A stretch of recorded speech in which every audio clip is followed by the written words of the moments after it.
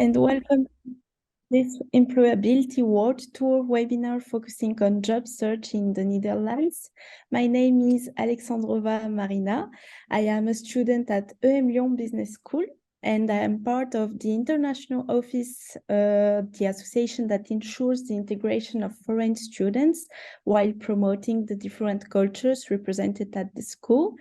I will be the webinar moderator today, so thank you for joining this fourth session of the new Employability World Tour edition 2022-2023. This series of webinar is organized by EMLYON Alumni Department, Delphine Rome, who could not join us today. So Delphine is in charge of alumni's career management, and Floriane Lambert. Floriane, would you like to introduce yourself, please? Yes, hello, and thank you very much, Marina. My name is Floriane Lambert. I work within the EMLYON Alumni Department, and I'm in charge of the regional and international alumni activity. Thank you. So this series of webinar is an opportunity to get to know the employment specificities in various European countries and to meet EMLYON alumni and recruitment experts living and working in these countries. After our three first webinars, we will focus today on the Netherlands. Our next webinar will take place in Italy on 3rd July. We warmly thank our speakers, 3 alumni and 1 human resources specialist, and our EMLYON ambassador. They will share their expertise and knowledge of the Dutch job market with you. Now, just a quick note on the technical aspects of this webinar. We kindly ask you to stay on mute during the speakers' presentations and keep your camera on. It is clearly much nice for all of us. And please use the discussion box to ask your questions. Take then into account by the end of the presentation. So during the presentation, we will collect your questions in the chat box. By the end of the webinar, Floriane will invite you to ask your questions personally. So please note this session will be recorded so that it can be shared with students or alumni who could not attend the webinar today. I now turn to our speakers who will introduce themselves. Maybe we can start with Sarah, our human resources specialist. So thank you, Marina. Thanks everyone for being here today to learn a little bit more about the Dutch job market. So I'm Sarah Hailefida. I've been a recruiter with the French Chamber of Commerce in the Netherlands since 2019. The French Chamber of Commerce mission is to facilitate the business development of French companies in the Netherlands. I'm also a career consultant and the head of a foundation. I speak French and English, but my Dutch is pretty bad, despite living in the Netherlands for 15 years now. And of course, if you want to come and live in the Netherlands, I can only encourage you to learn a little bit of Dutch. And that's it for me. Thank you, Sarah. Olivier, can you present yourself? Yes, of course. Hi, everyone. My name is Olivier Pernou. I am an alumni from the year 2003.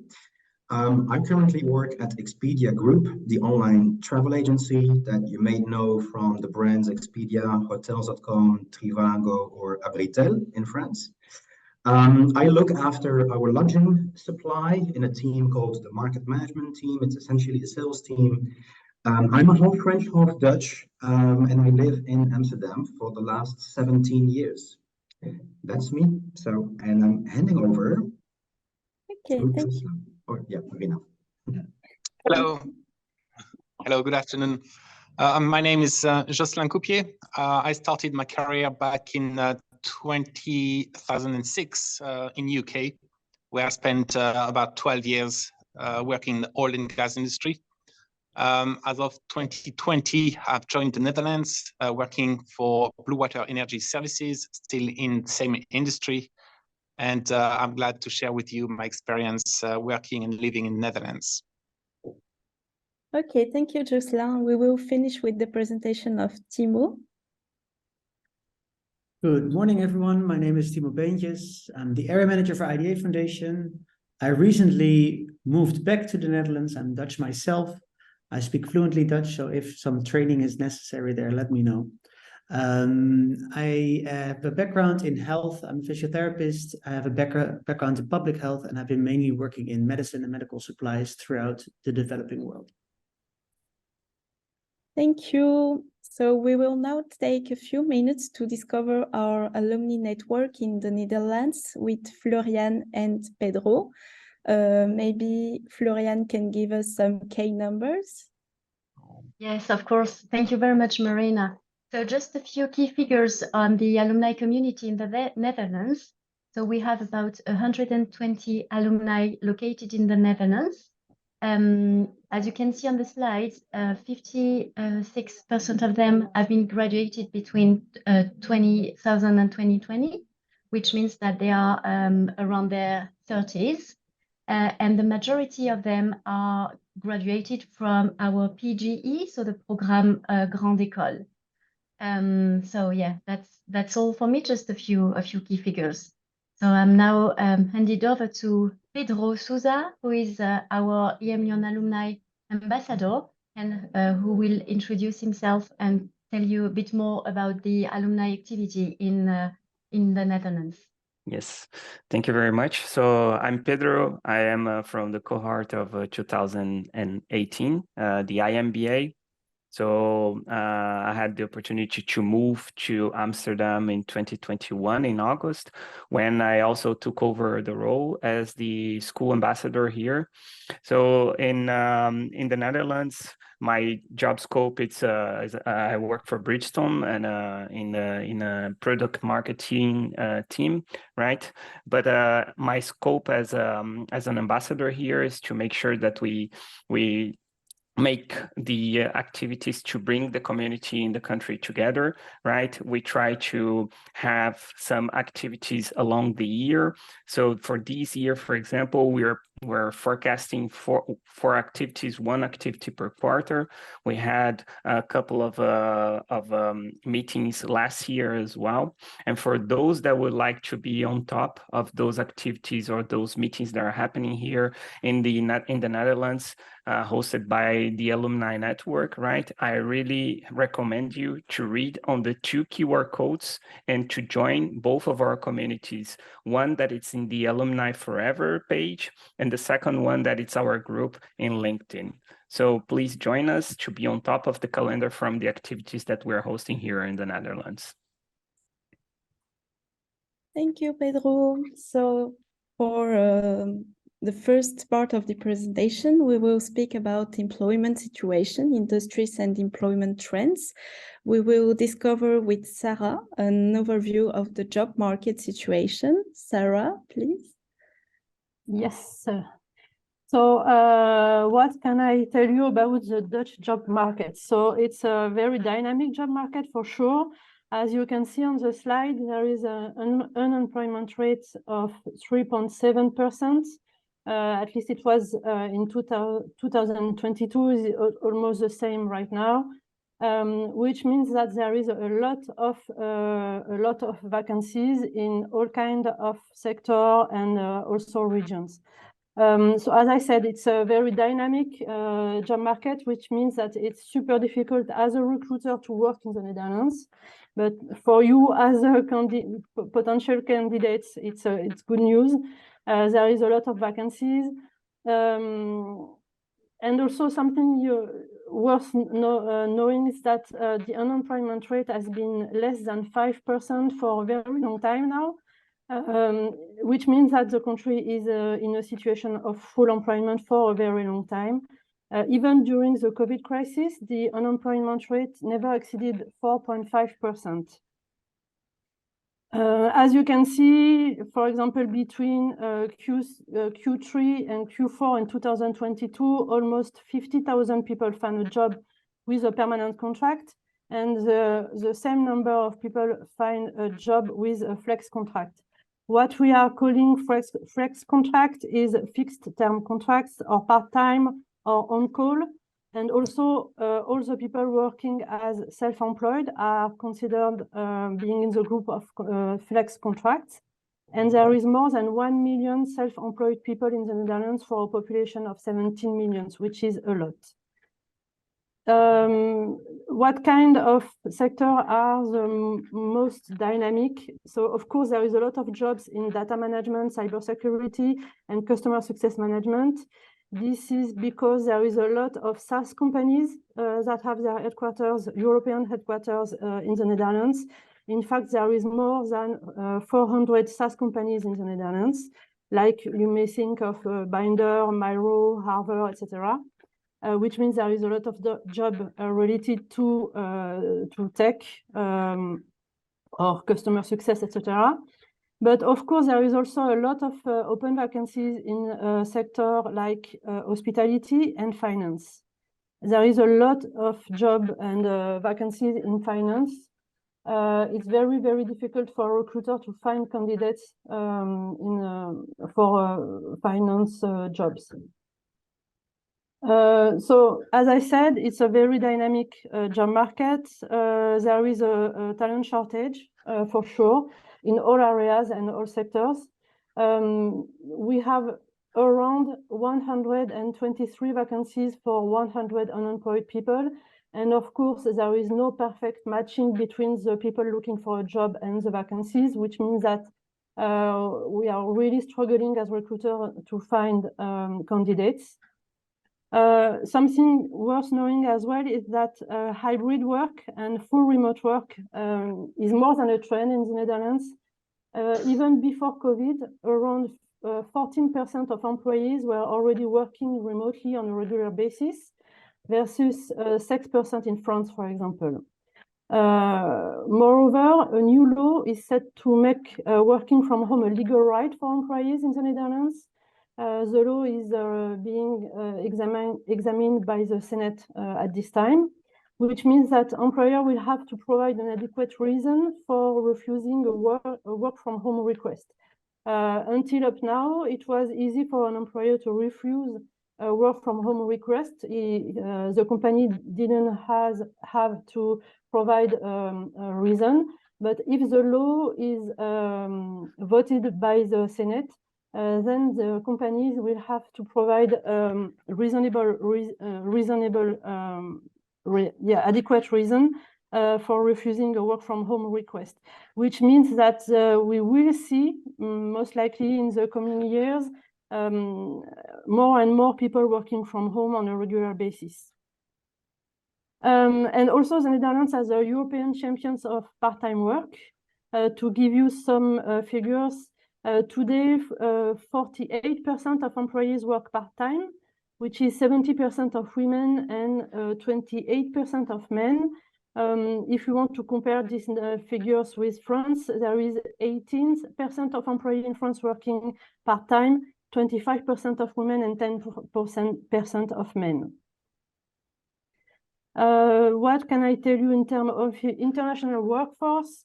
So in 2022, there was 23,000 French people in the Netherlands, at least registered with the consulate, which means that there is most likely 40,000 French people working in the Netherlands. In the Netherlands, almost everyone speaks English, and the most in-demand language are German and French, especially German, I should say. So there is an international workforce for sure in the Netherlands because everyone speaks English, so it's quite easy to come here to work and live, at least in the largest city. For example, Amsterdam is the most cosmopolitan capital in Europe with around 118 different nationalities. In terms of sector and region, I won't go into detail, but you have already something on the slide regarding the region and their specialties. But of course, the most dynamic region in the Netherlands is the Randstad, which is the area around between Amsterdam, The Hague, Rotterdam, and Utrecht. There is 8.3 million people living in the Randstad, and there is also a lot of companies that have their headquarters or their offices in these regions. What can I tell you? So in terms of unemployment, the region of Drenthe, which is northeast of the Netherlands, and Zeeland, southwest of the Netherlands, are those with the lowest unemployment rate, less than 3%. But it doesn't mean that the vacancies are accessible for international. So you may find that some regions have a huge shortage of candidates, but those jobs are not necessarily accessible for people who don't speak Dutch. So in short, the Dutch job market is a very dynamic job market with a lot of opportunities, even if you don't speak Dutch. And that's it for me. Okay, thank you, Sarah, for your precise overview of the job market situation. Now I will ask our alumni to share with us their professional experience in the Netherlands. Olivier, would you start, please? Yeah, sure. Thanks. I've decided to focus on 4 different elements that strike me as cultural specificities for the Netherlands, being number 1, the directness. Secondly, the importance of work-life balance. Thirdly, what it means to work in a highly international and open-minded environment, and what it means to work in a country where the Protestant ethic can be quite different and a bit dominant to sometimes. But I want to start with a little disclaimer that it is hard not to fall into cliches in general, and that what I'm sharing is really based more on my own individual experience.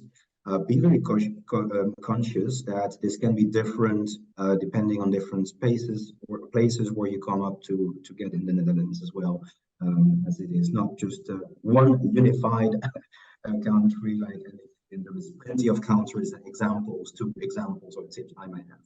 But to start with the directness, I think that when I came and lived here, it was called out by the international community, the French in particular, as one of the most striking cultural difference with previous experiences.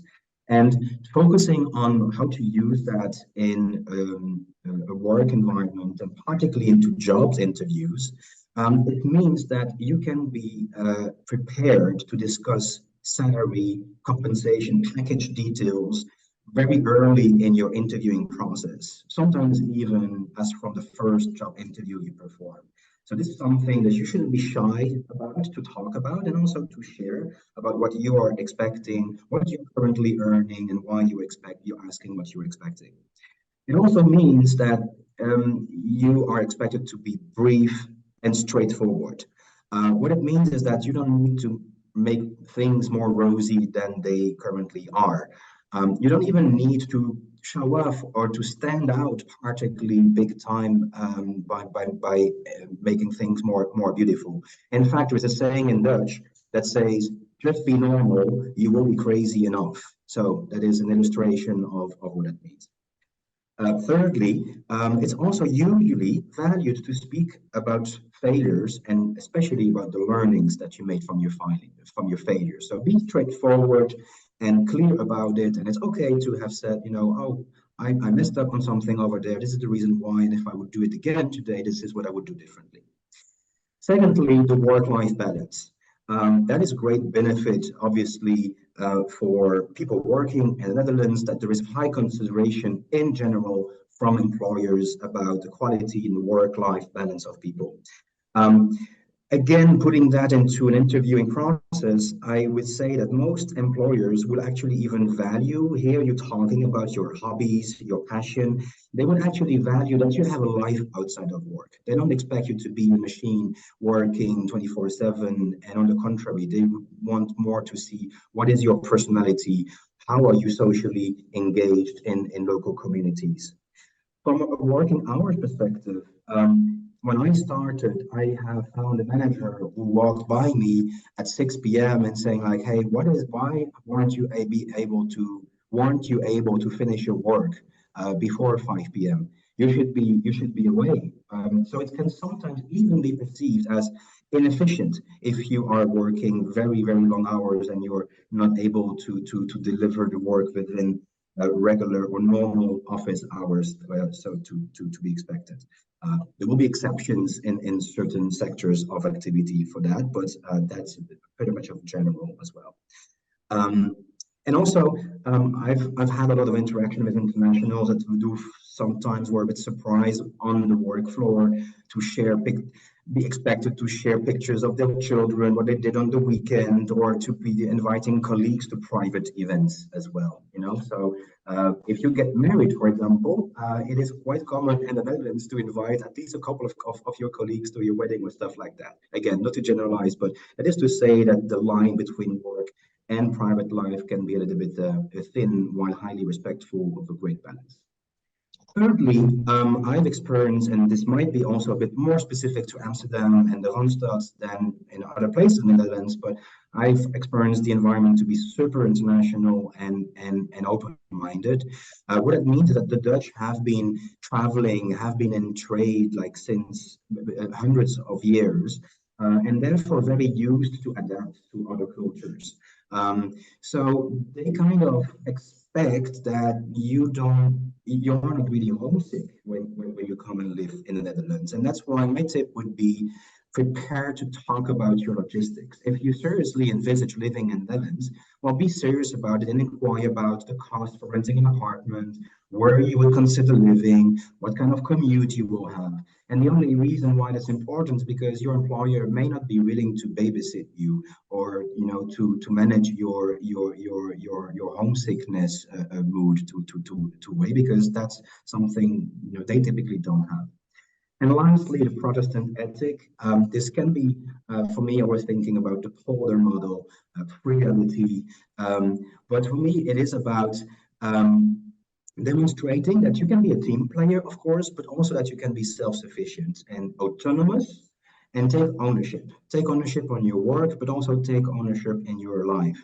The Polder model means that it is a highly collaborative culture, and it has historically came from preventing the land to be submerged by water. So to keep the land dry, everyone had to do something and pump the water out of their piece of land. Or when you have threats coming from the sea, there is even an expression which is put your finger in the dike. So everyone is expected to contribute and to put a finger in the dike, if you will. So it means that from a work relating back to work, that you're expected to be autonomous, independent. Lastly, there is little sense for hierarchy in the Netherlands. It's a very egalitarian society, again, in general. And that means it's okay for young professionals to ask questions, be disruptive, come up with new ideas. Frugality is mostly because money is not a mean to show off in the Netherlands. Every dollar has a purpose or a justification in most companies. So that is important for you to realize. And the very last one is trying to know some important parts of the Dutch history and the culture, be it from the colonial past, from the trading industry, the tulip crisis, the importance of water management. That's the kind of things employers may potentially, you know, differentiate you from other candidates when you're into interviews. That's it for me. Great experience. Thank you. We will now take the insight of Timo.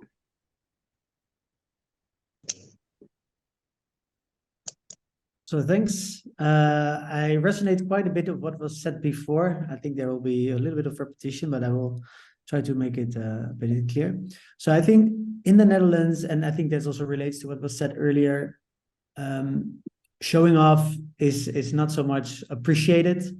Coming in full suit to a job interview where in the company nobody wears full suits is seen as showing off, and it's not much appreciated. So make sure that you know what they wear. If they wear a sweater or whatever, come in a sweater to the job interview and don't come in a suit.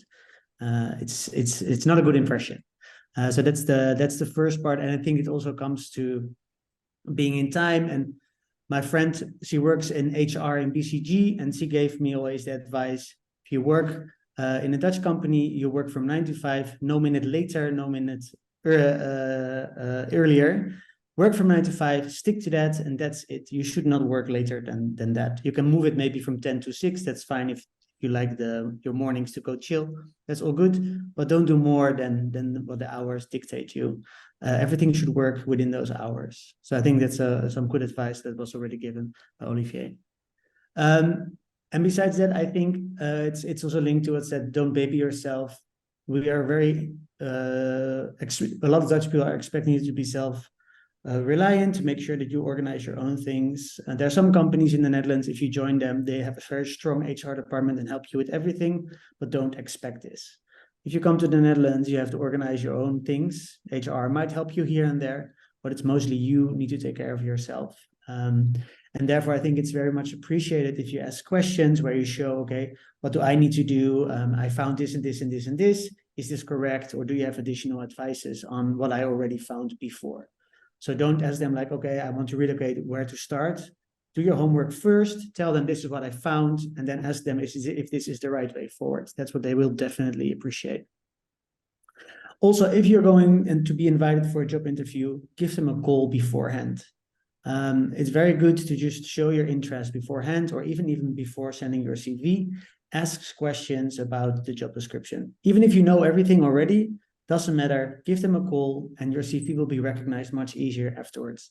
If you work for, if you want to apply for companies that are a little bit smaller than the big consulting firms, they're not using AI to select your CV. So please get yourself up there by just giving a phone call upfront. Ask some questions that are maybe very easy, but HR will definitely remember you when the CV comes in. Know things about the company. In job interviews in the Netherlands, they will definitely ask a whole ton of questions about the company itself. They want you to do your homework about the company. So they will ask you maybe about who are our competitors or who are our customers. Can you give a description of who our suppliers are? Or do you know where we operate? Which are the countries that we operate in? What kind of projects do we run? Or stuff like that. Make sure that you know the background of the company, what they're doing, how they operate, etc. Maybe reach out to somebody on LinkedIn that is already working there and ask them, hey, can I have a call with you? I have a job interview with one of your colleagues later on. I just want you to ask some questions, how things work. And a lot of people, I think, will reply to you positively and take the phone call to just inform you. And then be straightforward. Dutch people are not there to listen to your BS talking around the bush. Be straightforward, ask what you want to ask. Don't introduce it too long. Don't talk too long afterwards. What's your question? Very often that I interview for interviews and people I work in a company that hires mostly international. So there's a lot of talking, and it's me regularly cutting down people and saying, I want an answer to my question. I'm not interested in what you're actually telling me before and after. My question is this and this. I want you to answer my question. So be to the point and be straightforward. And what I already said here in the text, some context is fine. Great if you bring some real life examples in it. That's not considered as talking around the bush, but give your answer towards that what is asked. And then don't oversell yourself. Please undersell yourself. If you are overselling and then in the first month you don't live up to your expectations, you're fired. Period. You're not getting a new your probation period is not extended. Don't oversell. Don't do something that you have to do maybe in the US. Oversell and brag about all your achievements. People will look at it in the Netherlands as, okay, this guy is just bragging. We are not interested. We don't want to continue with you. Be honest, be transparent, be yourself. Thank you, Timo. Now, Jocelyn, could you share your experience as well? Yes, of course. So although I've been in the Netherlands only for 2.5 years, I can completely relate with what Sarah, Olivier, and Timo said. So when either I interview or I'm getting interviewed by Dutch recruiters, then what I observed is that they are mostly interested about my experience, my skills, and my strength. They are not necessarily interested in my diplomas, my education degree, or my background. So that's why I normally use the STAR framework. So this is a situation, task, action, and result that works very well to explain a situation and explain your achievements. So that's one point, experience, skills, and strength. And then the second point is to understand your motivation. Why do you want to move to the Netherlands? Because obviously for an employer, it's very expensive to hire someone. So if the person leaves after 6 months or a year, that can be an issue. So we really need to understand the motivation of moving countries for some of you, or even why the Netherlands, why not somewhere else. And then what I noticed is that they very much appreciate international experience. So as Sarah said, everyone speaks English here, whether you're working in a supermarket or you're working as an engineer or finance director. Absolutely everyone speaks English. And also the flip side of that is that it doesn't incentivize you to learn Dutch. So if I take my particular case, I've been here for 2.5 years and I probably know 2.5 words. So at this rhythm, I'm not going to go very far, but at some point, eventually, I'll try to learn Dutch. Then the second thing you need to be aware is the Netherlands is a very expensive country. And especially recently, inflation rate was 2 digits. So you need to do your benchmark in terms of salary, and you need to negotiate not only your salaries, but your relocation package if you can, and any other benefits. So also you need to do your homework. You're going to move to the Netherlands, and the housing market is also very complicated. I recently had to move flat, and I really struggled to find something for the market in the price range I was looking for, which was already quite high. So that's both things you need to be aware of. Also, what I've noticed more recently is that pay increase are clearly not matching the inflation we have in the country. So if you're doing well, if you can showcase that you deserve a better increase, then I would recommend you to negotiate a better increase when you're working in the company already. And finally, I found the Dutch culture very egalitarian. So the hierarchy is very horizontal. I can easily speak to my +1, even to my +2. They always have the door open, and everybody does the same. It's very easy to speak to your line manager and above. Like Olivier said, or maybe that was Sarah, we are operating as a hybrid model, which allows us to work, in my case, 2 days from home and 3 days in the office. I know different companies have different policies, but that's what is working the best for everyone at the moment. And then the Dutch culture is known to deliver direct feedback, whether it's positive or negative.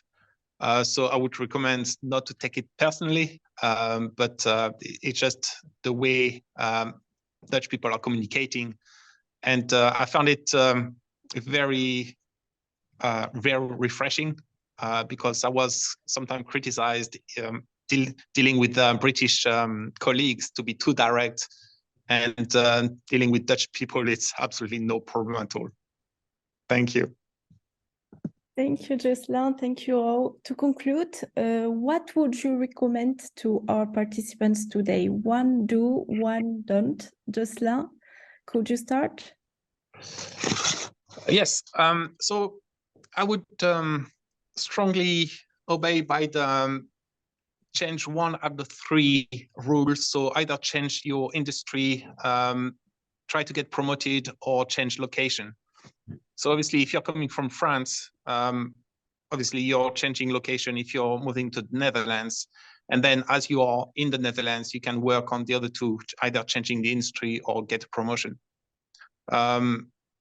Then I would strongly encourage you to negotiate your salary and compensation package, because the cost of living in the Netherlands is very high. And that goes with taxes also, which can be quite high. I would also recommend not to settle on the first offer. So you will receive a first offer. I would strongly encourage you to do your research and come up with a different offer to your employer and see how it goes. At the end of the day, everybody understands negotiations here. So that's something you can play on. And again, like I said before, it's very common to receive direct negative feedback. So don't take it personally. It's just the way it is. Try to learn from it and move on.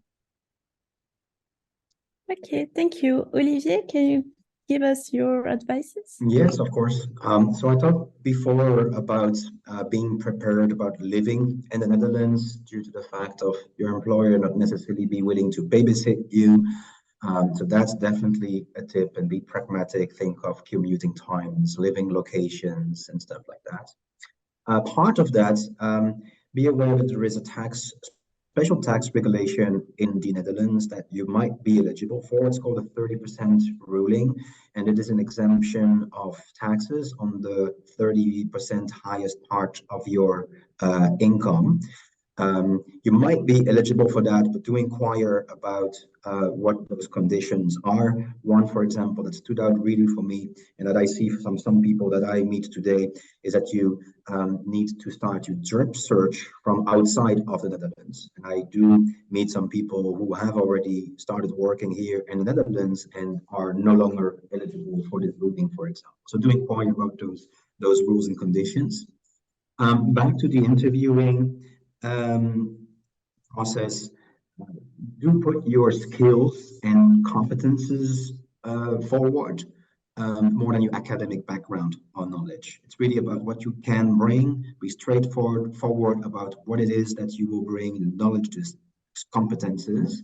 So it links to that last bullet point I have there, which is don't expect your certificate to open you all the doors immediately. Not that that is necessarily the case elsewhere either, but my experience in the Netherlands is that study and ranking of schools doesn't play such a big role as in the Netherlands. It's much more about actually what are the skills and what are the things that you can bring. Again, you may find exceptions to that, or a specific sector of activities might be slightly different, but that's been my experience, is that they don't even know actually those schools, which ones they are.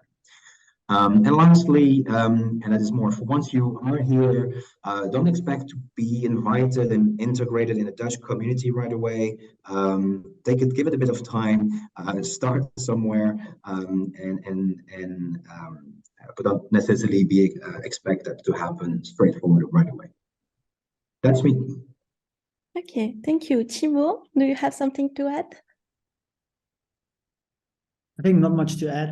I just want to really resonate again on read your future employer. Make sure that you know exactly what the employer is about. Adapt on the spot. Don't prepare your interview too much. It will go differently anyway. And then really be authentic. Don't oversell yourself. Really don't be somebody else that you are not, because they will immediately notice and they will not invite you for a next round. And then don't be late. And if you're late, it's fine, but at least call 15 minutes before, not when you're already late. You know, sometimes maybe you have some issues with transport, that's all fine, but don't show up late. You really shouldn't. And then I just want to say quickly about what Jocelyn said about the offer. Always send it back. Never accept the first one. Always do that. And if you don't feel comfortable, do that in wording. You can just say, okay, I received the contract. I just want to highlight X, Y, Z by email. That's also fine if you are a little bit more comfortable doing that. It doesn't have to be in a face-to-face context. Okay, we will finish this part of the presentation with Sarah. Yeah, so I don't have a lot to add. Actually, a lot has already been said. If you prepare for a job interview, learn as much as you can about the company and the position. Reach out to the HR person or the hiring manager or the people you're going to meet in the interview before the interview to already learn a little bit more about the position. And maybe something that's important to know is that you need to adapt your CV, your resume, and to each and every position you're applying to. You can't have a resume that you are sending everywhere, always the same resume. You really need to adapt the resume to the position and to the job ad. is very important, either because the resume will be scanned by an ATS, which is a software, or because the company wants to know that you already know the company and you already done your homework regarding the position in the company. And also, as it was said already at least twice, don't be late to your interview.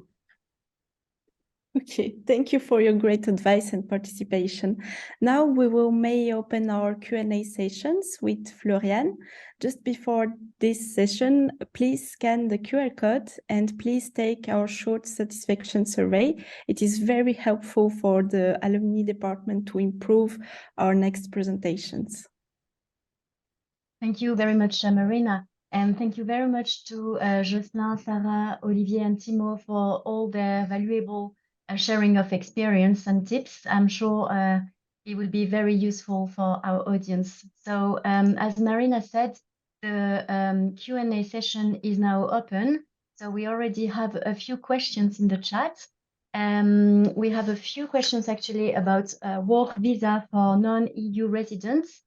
So if Zhu, if you are still here, would you please open your microphone and maybe ask your question? I think you had a question about work visa and also Mandarin language.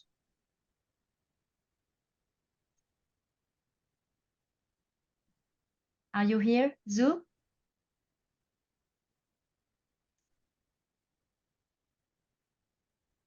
Okay, so maybe she has left. So I think the question was, how can people, non-EU residents, deal with the work visa regarding a job offer in the Netherlands? So maybe, Sarah, would you be able to answer this question? Because it may concern a few participants today. Yeah, actually, it depends on if you are looking for a job, you can apply for a high-skilled migrant visa. But still, you need a company who is your sponsor. And not all companies in the Netherlands can be a sponsor for a non-EU resident. So maybe you can search for this company. Also, the recruitment agency I talked about in the chat, and the Dutch recruitment agency can often help you with the visa. But if it's for an internship, it's a little bit more difficult because, of course, a company doesn't want, or at least won't do the work to be your sponsor just for an internship. But you can, if your school, so it would be EMLYON, is part of the Erasmus Plus program, then you don't need a work visa, you will only need a resident visa, which is easier to get. Okay, thank you, Sarah. We had actually the same question from Danny. I hope if Danny, if you're still here, I hope this would answer your question. I'm still here. My question, how can we find work visa sponsored employee if we are currently in Asia and we have been graduated from EMLYON several years ago and we are not EU residents? So is it common that we finish all the interviews online with the future employer and possibly they will provide us work visa and then we can relocate to Europe? Thank you. Yeah, I think it's something that should be discussed at the beginning of the process, not at the end. I'm a bit surprised that the company didn't ask upfront if you had the work visa for the Netherlands. They usually do. They usually ask upfront if you have the work visa for the Netherlands, but you may qualify for a highly skilled migrant visa. And yeah, then again, the company has to do the work for you to get the visa. So if they don't want to apply for your visa, you can't get the job. Yeah, I think what is interesting here as well is that often companies in the Netherlands, they are not immediately giving permanent contracts out. and you need to get a permanent contract for this visa situation. So they really need to be confident in you as a person to come to the Netherlands for that particular role. So it's interesting to also take it into account in your job search. Are they accepting like permanent contracts or not? And if not, that could be a question that you could ask HR before sending an application. Hey, I require this. Is this an option, yes or no, before you put all the efforts and time in it? Thank you, Timo. Danny, I hope this answers your questions. And I think you also had a question about the product manager position in the Netherlands. Yes. So a certificate like a PMP a must in the European job market, especially in Netherlands. Jocelyn, Timo, or Olivier, would you like to answer this? I'm a specialist on product management roles, so not super qualified to answer that question, to be honest. In general, I think such certifications are definitely good to have, not necessarily a must. I think really depends, but I don't know if Sarah knows a bit more about specific roles in product teams. No, I don't actually. But yeah, I would say like certification is nice to have, but usually not a must-have in the Netherlands. A small add on that, unless it's shown in the job description. If they really want you to have something, it will be in the job description. Yeah, exactly. Okay, thank you very much for answering the questions from Danny. I'm coming back on the previous question from Kongrong Zhu. We had a question about the Mandarin language. So is this an advantage to speak Mandarin in the Netherlands?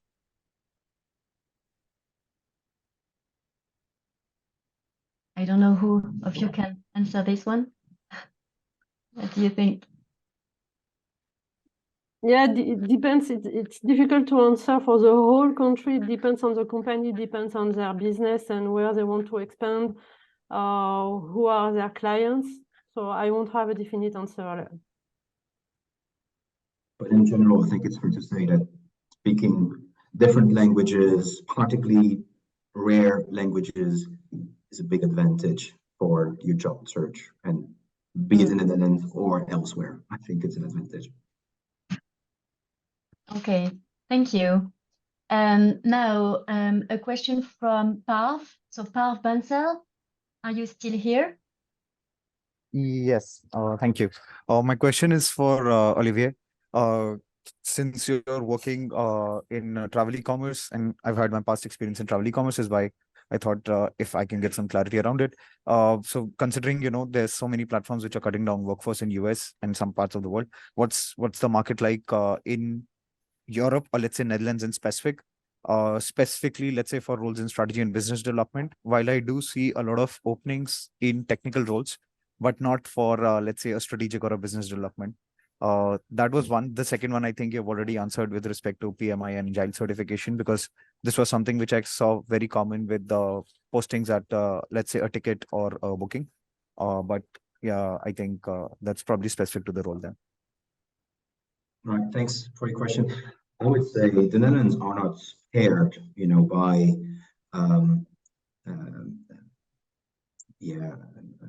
restrictions on hiring or going into optimization procedures of the workforce in general. Maybe the difference is that the employment market is so compressed, and that you might experience to find something different very quickly afterwards.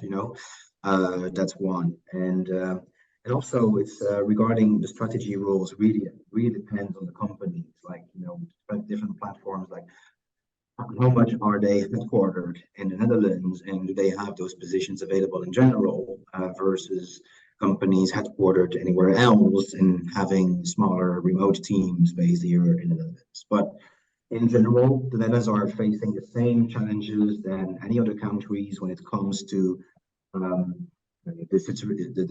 economic situation of companies, and in particular in e-commerce for sure.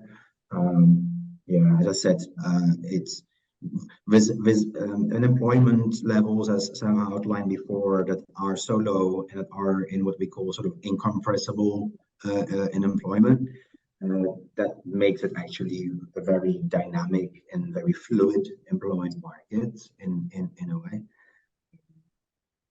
But yeah, and it all depends on the company. So on the roles, it's really hard to say how big it's headquartered here. But that's where I would expect more have the strategy and the business development positions. So that's your question, Mark. Yeah. Thank you so much, Olivier. My second question was more around, let's say, the postings which are being shared and also around passport. Of late, what I've realized is a lot of job postings now mention that they either need Dutch speakers, or let's say, even if it's not mentioned, the moment you start interacting with the HR, they clearly mention that we are looking for Dutch nationals. So is it a common trend because of economic slowdown? That is one. And second, some of the employers mention that they don't give visa. So can EU blue card be an alternate option, which as candidates we can pitch to them, and how open are employers towards EU blue cards? For what it's worth, I'm not an expert on this, but it's going to depend by company how much they're willing to go. So I think I will rebound on Timo's earliest advice is inquire about it from the get-go, right away, before going into a loop. Inquire about like, hey, do you expect Dutch nationals? Do you expect this or that? Because then, so that you don't waste time and that you don't make your potential employer waste time either. But I find it very hard to generalize whether companies do give visas or not, or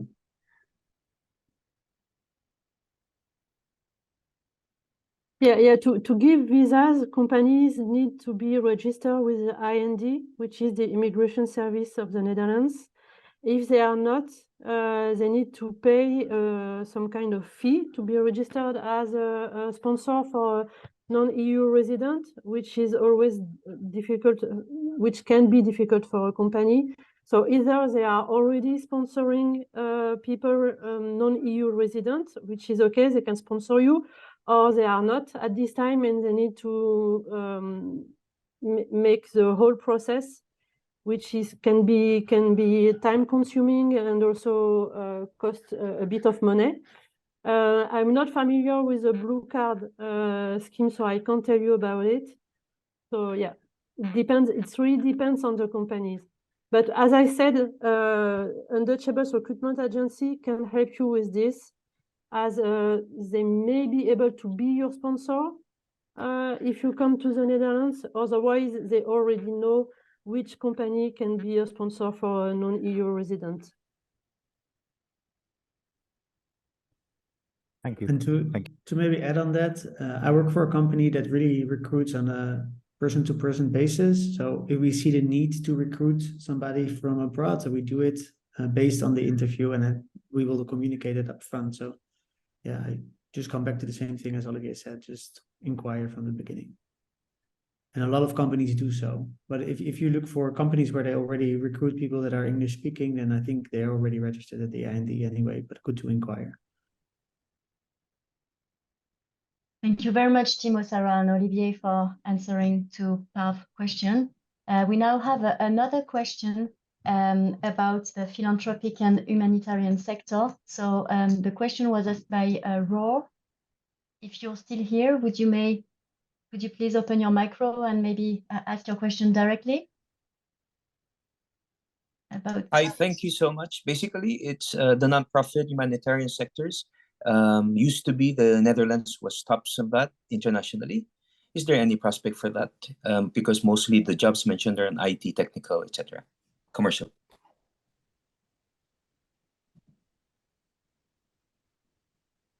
So is this a sector with a high demand of workforce? Yes. Sarah, do you have an opinion on that? Or is this? Yeah, I'm not sure. Actually, I'm not sure that there is a lot of demand for NGO or non-for-profit organization, but maybe Timo has another point of view. I think it's equally that they are looking for people. They're also looking for talent. There's a lack of talent. It's not the best paid industry in the Netherlands, I would say. So if you're really looking for 6 digits, don't apply for these kind of jobs. I work for one of those companies. I have a decent salary, but definitely not the salaries that are promised after you finish an international MBA at EMLYON. But yeah, they are definitely hiring. A lot of international people are working there. If you need more information on that, you can always reach out to me personally. I can maybe connect you with some people. I'm quite connected in the industry. Thank you, Tim. That's all. To add on the IND sponsorship companies, I will post a link in the chat now that contains the full list of companies that are registered at the IND to give sponsorships out. So you can just go to the list and find companies you want to work for. Thank you, Timo. We now have another question from Andre. Andre, it's about Erasmus. Yes, could you ask your question? Yeah, I can. Yeah, I can say it myself if you want. Yes. Certainly. So I heard Sarah mention the Erasmus Plus because I'm currently finishing the Masters in Finance at EMLYON in Lyon. So I was looking to get an internship in the Netherlands, and it proved to be much more difficult than I expected it to be, and mostly because of the visa. So I was looking into other options, and it seems really interesting to hear what this Erasmus Plus can offer. So I was really interested into that, and also generally like what to do with an internship. Should I just settle for an internship in France and then look for a highly educated migrant visa or something? Because obviously visa is an issue, is a big issue. Yeah, so Erasmus Plus, as I understand, I'm not an expert, is a European program. If your school, which is EMLYON, I guess, is part of the Erasmus Plus program, then you won't need a work permit for the Netherlands. You will only need, sorry, there is work around me. You will only need a resident permit, which is easier to get than a work permit. For sure. And do you happen to know maybe anyone from EMLYON or the careers knows where should I inquire about it? Career center maybe, but they just said that I should go and look at the platform Going Global, so I'm not sure. Maybe, Andre, maybe you could ask the Student Services Center. You know, they are dedicated to international students, and they may be able to answer your question about Erasmus Plus program. Okay, I certainly will. Do you know them? Yeah? Yeah, I do. Perfect. Okay, so I'm sure. Thank you very much. Yeah, you're welcome. So if there are any other questions, feel free to open your microphone and ask them directly to our speakers, if there is any.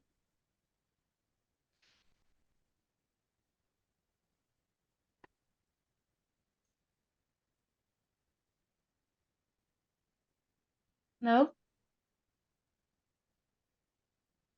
Our speakers, would you like to add something as like a final word regarding employment in the Netherlands, or